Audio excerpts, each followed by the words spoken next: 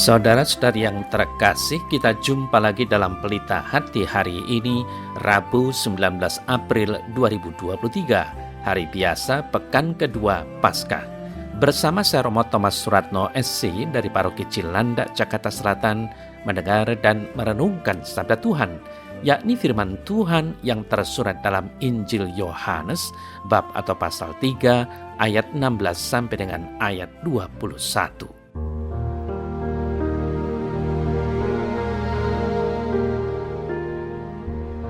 Dalam percakapannya dengan Nikodemus, Yesus berkata, "Begitu besar kasih Allah akan dunia ini, sehingga Ia telah mengaruniakan anaknya yang tunggal, supaya setiap orang yang percaya kepadanya tidak binasa, melainkan beroleh hidup yang kekal. Sebab Allah mengutus anaknya ke dalam dunia bukan untuk menghakimi dunia, melainkan untuk menyelamatkannya oleh Dia. Barang siapa percaya kepadanya, ia tidak akan dihukum. Barang siapa tidak percaya, ia telah berada di bawah hukuman. Sebab ia tidak percaya dalam nama Anak Tunggal Allah. Dan inilah hukuman itu. Terang telah datang ke dalam dunia, tetapi manusia lebih menyukai kegelapan daripada terang. Sebab perbuatan-perbuatan mereka jahat. Sebab barang siapa berbuat jahat membenci terang dan tidak datang kepada terang itu, supaya perbuatan-perbuatannya yang jahat itu tidak nampak. Tetapi barang siapa melakukan yang benar, ia datang kepada terang, supaya menjadi nyata bahwa perbuatan-perbuatannya dilakukan dalam Allah."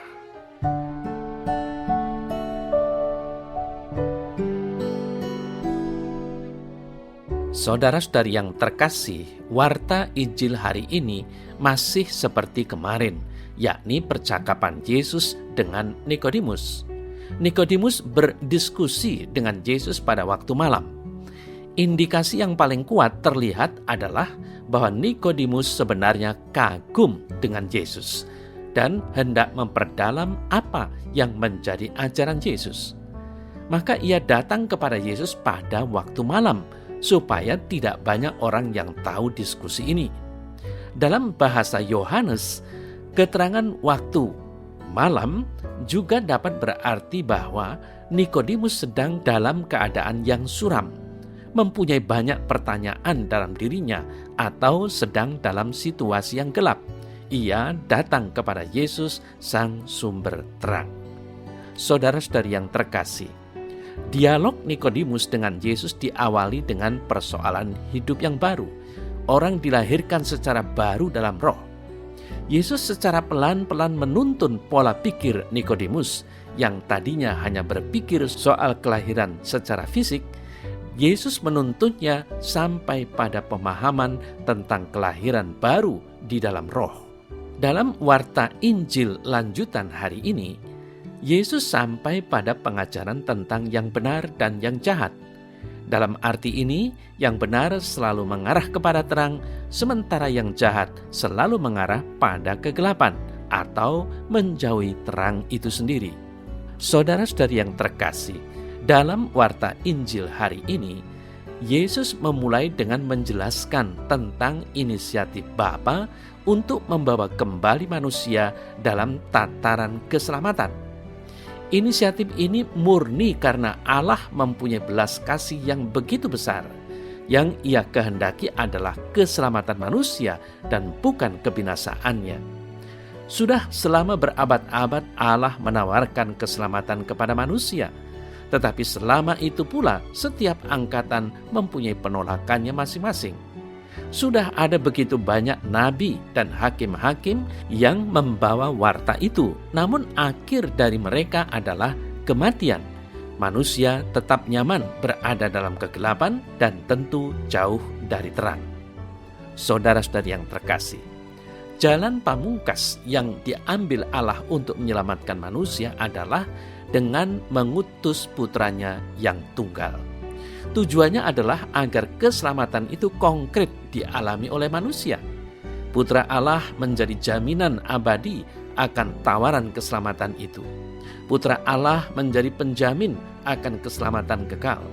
Ia yang sengsara, wafat, dimakamkan, dan pada akhirnya bangkit menjadi penjamin sekaligus jaminan janji keselamatan kekal itu.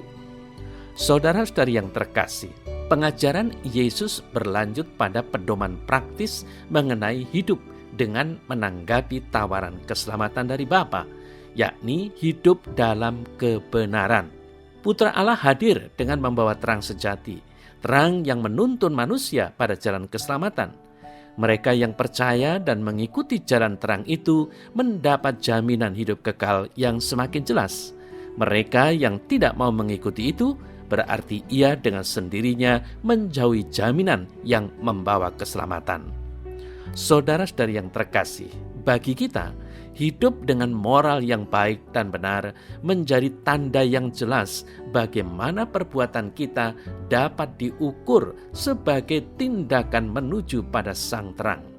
Atau dengan kata lain, jika kita mengarahkan diri pada Sang Terang dan hendak berjalan pada jalan keselamatan, bertindak secara moral yang baik dan benar menjadi cara yang paling masuk akal yang bisa kita lakukan. Perbuatan baik kita secara moral akan lebih menjadi tanda jelas bahwa kita menanggapi tawaran keselamatan Allah tersebut. Kita memilih jalan terang. Saudara-saudari yang terkasih, jika kita hendak memilih Sang Terang, berbuatlah baik dan benar secara moral. Maka kepada siapapun, jika kita melihat perbuatan yang baik dan benar, kita bisa yakin bahwa orang itu menuju pada Sang Terang.